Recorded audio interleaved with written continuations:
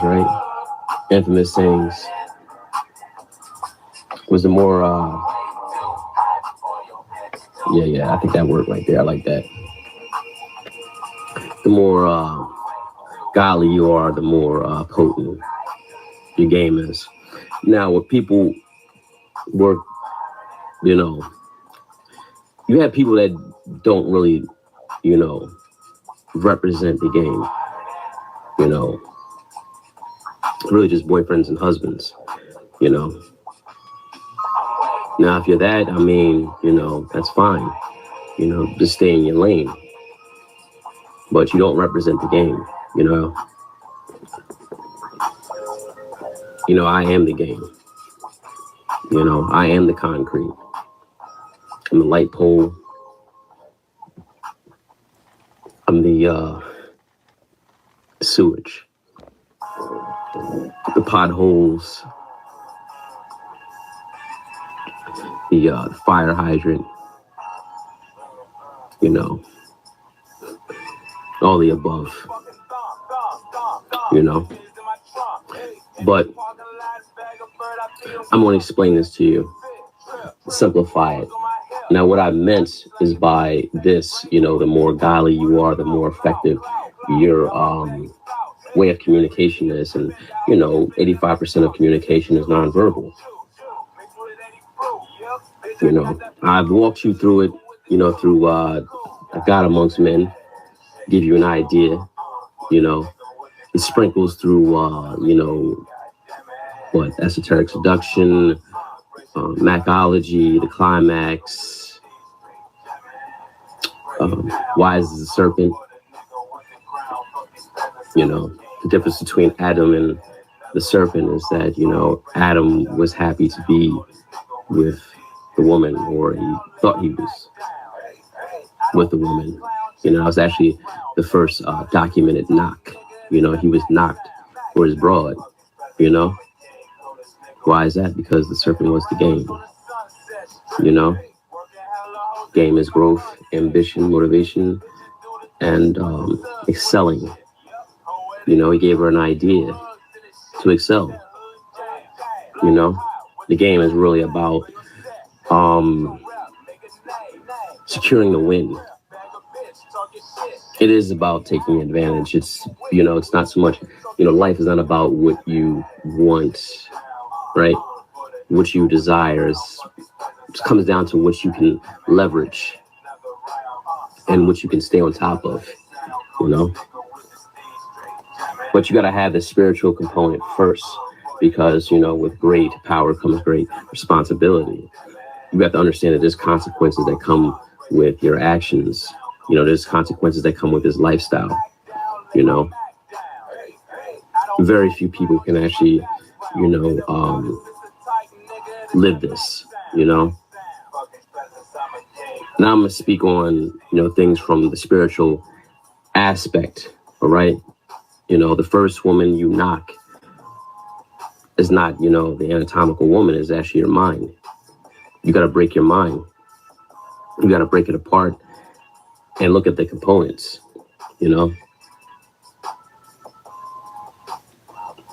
A major part of this is, self-governance. How can you govern something that you don't know, right?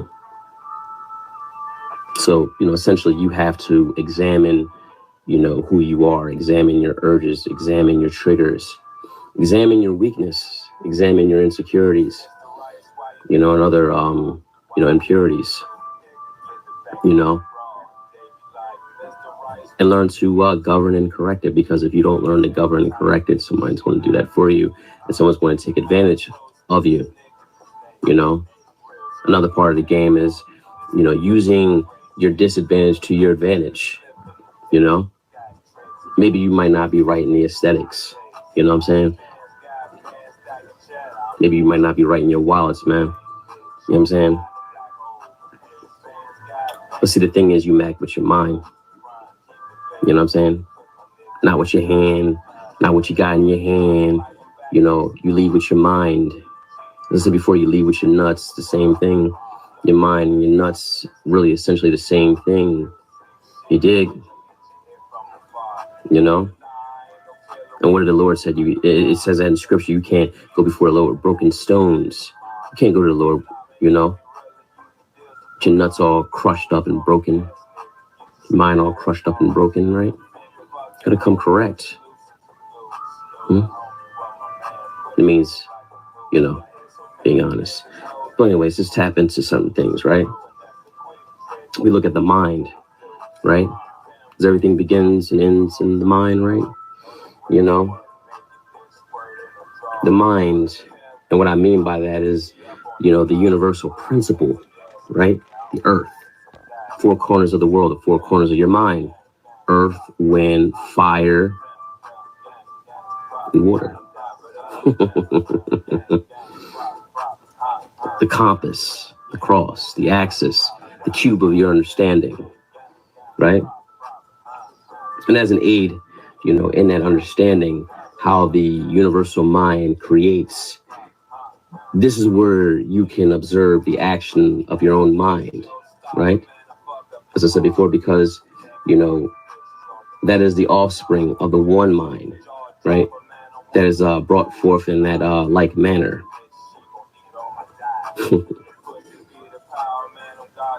See, the Son can do nothing of himself, but he that seeth the Father doing for what things soever he doeth. These are the sons that doeth in the like manner. Going back to what the mind of God, right? I can only do what the Father showed me in my vision, in my perspective.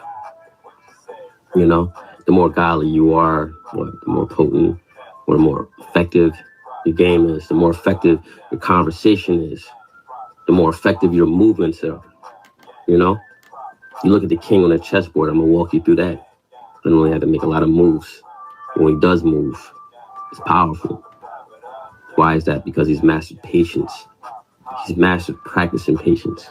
Some people, you know, don't have patience. You know, in order to be a Mac, you gotta have patience, right? You gotta have patience to get your issue, you know, to make sure you get all of your issue, you know?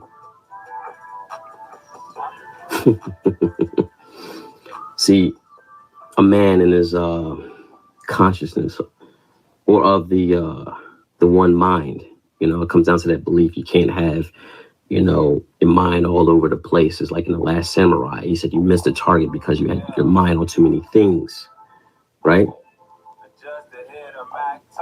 You dig? See, of that one mind, you know, there's no sense in the apartness. See, look at the piece I was talking about as far as, you know, what actual, you know, affirmation is, right? Right, and when I broke that down, it's a triune effect: thought, feeling, action. It all has to be interlocked and connected.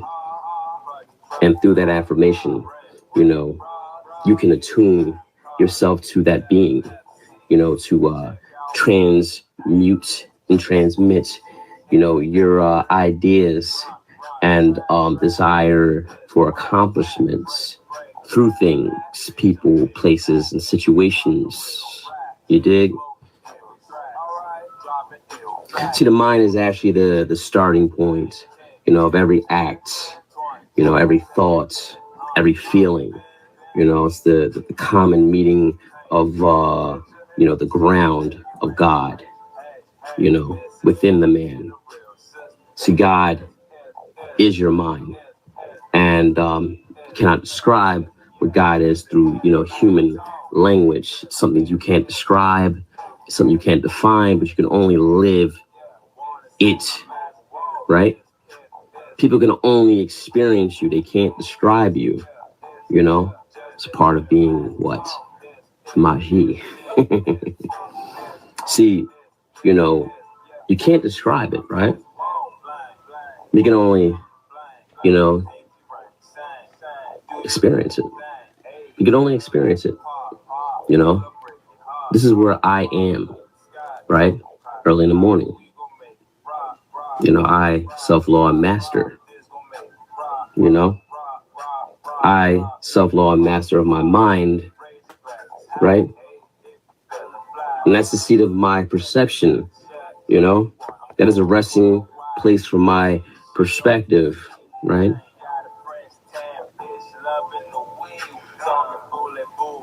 You know, if you don't have, you know, rest in your reasoning, right?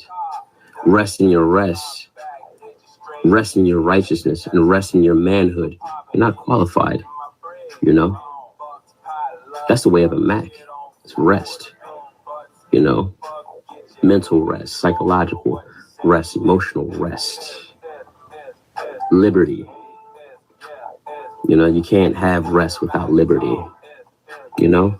You can't have things, right, the way you're supposed to have things, or the way you're capable of leveraging, you know?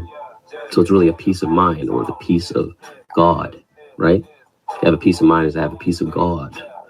Now, when you look at, you know, the garden, how was Adam able to name the animals? You can't do that without clarity. You can't do that with a clear, you know, perspective. You can't name the name of the animals. You can't name the situation. You can't name what things are. You can't call it out as you see it when you don't have a peace of mind. Really walking you through this, right?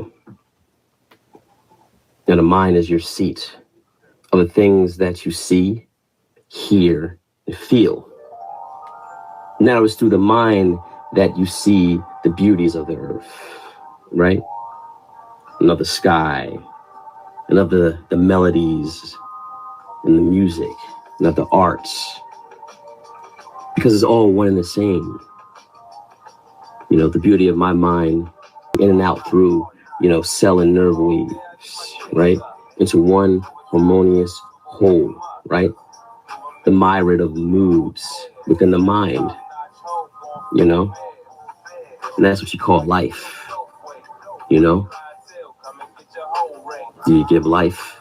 Look at the Aquarian age, right? You look at what he's pouring out of water, fresh water. And then right after there's the Piscean age, live ideas with that water, you know? I'm giving you, you know, the spring of life, right? Spring water, spring you up. Then I'm giving you live ideas to go with.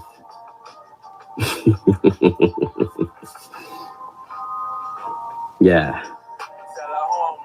The mind is the seat of perception and the resting place for perspective, you know? So you can't have a carnal mind and execute with this, you know? A true Mac just utilizes carnality. It's not of carnality. His mind is pure. He's at the upper echelon, you know, the higher tier, right?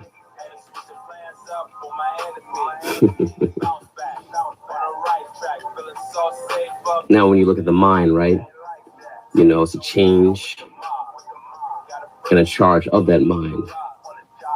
That's the very first, you know, requisite, you know, to the new life, right?